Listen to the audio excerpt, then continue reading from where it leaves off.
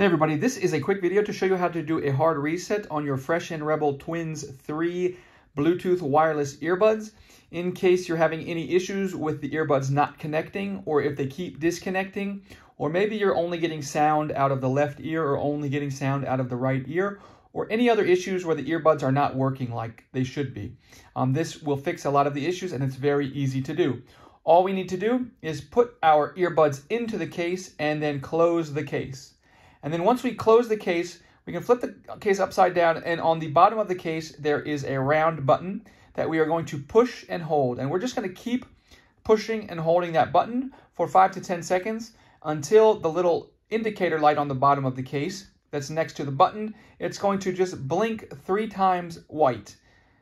It kind of slowly, it'll go blink, blink, blink, white, at which point we can let go of the button, take the earbuds out of the case, and repair them with whatever device we want to use them on.